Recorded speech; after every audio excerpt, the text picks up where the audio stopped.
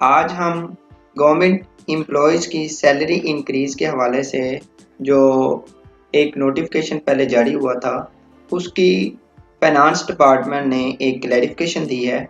तो उस क्लैरिफिकेशन को आज हम देखेंगे कि फाइनेंस डिपार्टमेंट ने उसमें कौन-कौन सी चीज़ों को क्लियर किया है। तो उसके लिए हम पहले चलते हैं मिनिस्ट्री ऑफ फाइनेंस।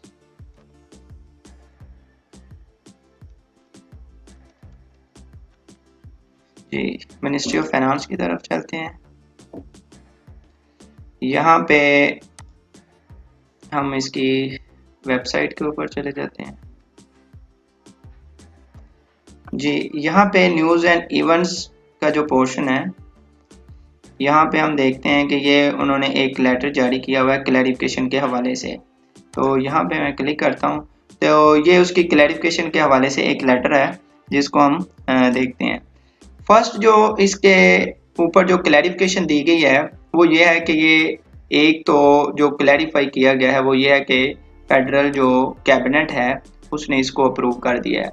मतलब अब ये जो है ये अलाउंस श्योर है कि ये दिया जाएगा, क्योंकि कैबिनेट की तरफ से ये डिस्पैरिटी रिडक्शन अलाउंस जो है वो 25% उसको अलाउ कर दिया गया है, ग्रांट कर दिया गया है। अप्रूव जो है वो इसकी अप्रूवल जो है वो इसकी दे दी गई है। अब ये जो 1 मार्च 2021 को ये अप्लाई होगा, लेकिन इस हवाले से एक दो तीन और चीज़ें जो हैं वो क्लियर की हैं कि यहाँ पे फाइनेंस डिपार्टमेंट ये बताया है कि those civil employees in BPS 1 to 19 federal government who have never been allowed additional salary, यानी कि ऐसे तमाम एम्प्लॉयज़ जिनको एडिशनल सैलरी या फिर यानी कि बेसिक पे की 100% नहीं दी जा रही, या फिर उनको प्रोफेशनल अलाउंस या फिर एडिशनल अलाउंस या फिर डिपार्टमेंटल अलाउंस की मद में, यानी कि अगर बेसिक सैलरी का कुछ पोर्शन दिया जा रहा है और या उनको ऑलरेडी दी जा रही है तो उनको इसमें शामिल नहीं किया जाएगा। इस हवाले से फाइनेंस डिपार्टमेंट को जो एक रिपोर्ट उन्होंने फाइंड आउट की है वो ये है कि कितने एम्प्लॉयज़ हैं फेडरल के जिनको ये जो है ग्रांट किया जाएगा डिस्पैरिटी रिडक्शन अलाउंस। तो उस हवाले से उन्होंने ये नंबर भी फाइंड आउट किए हैं कि एम्प्लॉयज़ के हवाले से उन्होंने बताया कि ये अप्रॉक्सीमेटली जो नंबर्स हैं वो कितने हैं, 2,96,470 एम्प्लॉयज़ हैं जिनको ये यानी कि जिनको अलग ग्रांट जो है वो एडिशनल सैलरी जो है वो ग्रांट नहीं की जा रही। और टोटल जो गवर्नमेंट फेडरल गवर्नमेंट के जो सिविलियन एम्प्लॉयज़ हैं वो कितने हैं, 6,23,215 एम्प्लॉयज़ हैं। तो इनमें से आप ये अंदाज़ा लगा लें यानी कि 2,96,470 को दिया जाएगा आउट ऑफ 6,23,215 एम्प्लॉयज़ को। इस हवाले से एक और मतलब अब कैबिनेट की तरफ से इसको अप्रूवल दे दी गई है। अब इसमें फाइनेंस डिपार्टमेंट को आगे किस चीज़ की क्लैरिफिकेशन या इसमें कौन सी रिकमेंडेशन चाहिए, उस हवाले से इसने क्या फाइनेंस डिपार्टमेंट क्या किया है कि एक पे एंड पेंशन कमीशन है जिसको ये मतलब इसके ऊपर फाइनेंस डिपार्टमेंट ने रिकमेंडेशन मांग रही है कि सैलरीज को किस लिहाज से इंक्रीज किया जाए।